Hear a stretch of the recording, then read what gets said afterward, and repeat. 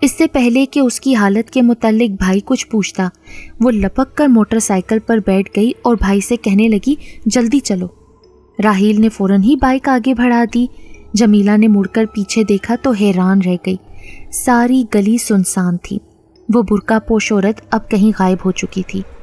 وہ طویل گلی میں کہیں واپس جاتی بھی دکھائی نہ دی۔ جمیلہ سوچتی رہ گئی کہ وہ عورت اتنی جلدی کہاں پہ غائب ہو گئی۔ گھر واپس پہنچے تو ماں پریشان بیٹھی تھی۔ راحیل کو تو اس کی لاپرواہی پر خوب ڈانٹ پڑی، مگر ساتھ ہی جمیلہ کو بھی سخت سست سننا پڑ گئی۔ جمیلہ کے بابا روزگار کے سلسلے میں بیرون ملک گئے ہوئے تھے۔ گھر میں دونوں بہن بھائی اپنی ماں کے ساتھ تنہا رہتے تھے۔ کبھی کبھار کوئی رشتہ دار ملنے آ جاتا، ورنہ دن یوں ہی گزر جاتا۔ جمیلہ نے اپنی ماں اور بھائی دونوں کو اس برقع پوش عورت کے حملے کے متعلق کچھ نہ بتایا۔ اسے خدشہ تھا کہ کہیں اس بات کو بنیاد بنا کر اماں اس کا اکیڈمی جانا بند نہ کر دیں۔ وہ اپنی تعلیم کا حرج نہیں چاہتی تھی۔ خود بھی وہ دوسری صبح تک یہ واقعہ بھول گئی اور دوبارہ اپنے روزمرہ کام کاج میں مصروف ہو گئی۔ اگر کسی وقت یہ واقعہ اسے یاد آ ہی جاتا تو اپنی بوکھلاہٹ سمجھ کر نظر انداز کر دیتی۔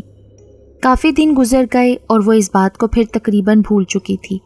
ایک روز جب کالج سے چھٹی تھی، ماں کچن میں کام کر رہی تھی، بھائی اپنے کمرے میں لیٹا ہوا تھا۔ سارا دن گھر کے کام کاج اور اپنی پڑھائی سے تھک کر جمیلہ ہوا خوری کے لیے چھت پر چلی گئی۔ رات کا اندھیرا پوری طرح چھا چکا تھا۔ چھت پر ایک کمرہ بنا ہوا تھا جو فالتو سامان رکھنے کے کام آتا تھا۔ جمیلہ نے وہاں ایک کونے میں کچھ جگہ صاف کر کے اپنے لیے میز کرسی لگا لی تھی، جہاں بیٹھ کر وہ کبھی کبھار دن یا رات میں اپنی پڑھائی کیا کرتی تھی۔ آج بھی چھت پر ٹہلتی ہوئی وہ اس کمرے کی طرف چلی آئی۔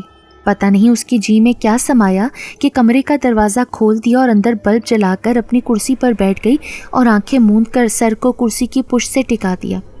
کچھ دیر بعد اسے کچھ آہٹ سنائی دی اور یوں محسوس ہوا جیسے کوئی کمرے کے دروازے میں کھڑا ہو۔ اس نے سمجھا کہ ماں اس کو دیکھنے چھت پر آئی ہے، مگر جب چند لمحے کوئی آواز نہ آئی تو چونک کر آنکھیں کھول دی۔ دروازے کی طرف دیکھتے ہی اس کی جان نکل گئی۔ اسے یوں لگا جیسے کسی نے اس کی روح نچوڑ لی ہو۔ کھلے دروازے میں وہی برقع پوش عورت کھڑی تھی جس نے اس پر گلی بھر حملہ کیا تھا۔ جمیلہ اسے فوراً پہچان گئی۔ خوف کے مارے خون اس کی رگوں میں جمنے لگا۔ وہ عورت دروازے میں کھڑی خون خوار نظروں سے اس کی طرف گھور رہی تھی۔ جمیلہ نے چیخنا چاہا مگر چیخ اس کے گلے میں پھنس کر رہ گئی۔ پھر نہ جانے کہاں سے اس کے جسم میں اتنی ہمت آ گئی کہ وہ ایک جھٹکے سے اپنی کرسی سے اٹھی اور باہر کی طرف لپکی۔ اس نے برقع پوش کو ایک زوردار دھکا مارا اور کمرے سے باہر بھاگی۔ برقع پوش شاید اس کے حملے کے لیے تیار نہ تھی۔ وہ ایک طرف جا گری اور جمیلہ نیچے جانے والی سیڑھیوں کی طرف لپکی۔ برقع پوش چھلاوے کی مانند اپنی جگہ سے اچھلی اور اس نے ایک دو جست میں ہی جمیلہ کو جا لیا۔ جمیلہ ابھی سیڑھیوں تک پہنچی ہی تھی کہ برقع پوش نے اپنے ایک ہاتھ سے جمیلہ کو دبوچا اور دوسرا ہاتھ سختی سے اس کے منہ پر رکھ دیا۔ پھر وہ اسے گھسیٹتے ہوئے کمرے کے اندر واپس لے گئی۔ جمیلہ اس کی گرفت میں بری طرح مچل رہی تھی، مگر برقع پوش عورت کی گرفت حیرت انگیز طور پر اتنی سخت تھی کہ جمیلہ کو ہلنے کا موقع بھی نہیں مل رہا تھا۔ اسے حیرت تھی کہ ایک عورت اتنی طاقتور بھی ہو سکتی ہے کہ اس کی گرفت مردوں کی طرح آہنی ہو۔ کمرے میں آ کر اس برقع پوش نے اپنے پاؤں کی مدد سے دروازہ بند کرنے کے بعد جھٹکے سے جمیلہ کو ایک طرف پھینک دیا۔ اس سے پہلے کہ جمیلہ چیختی یا کوئی آواز نکالتی، برقع پوش نے اپنے ہاتھ کو ایک جھٹکا دیا اور ایک لمبا سا شکاری خنجر اس کے ہاتھوں میں چمکنے لگا۔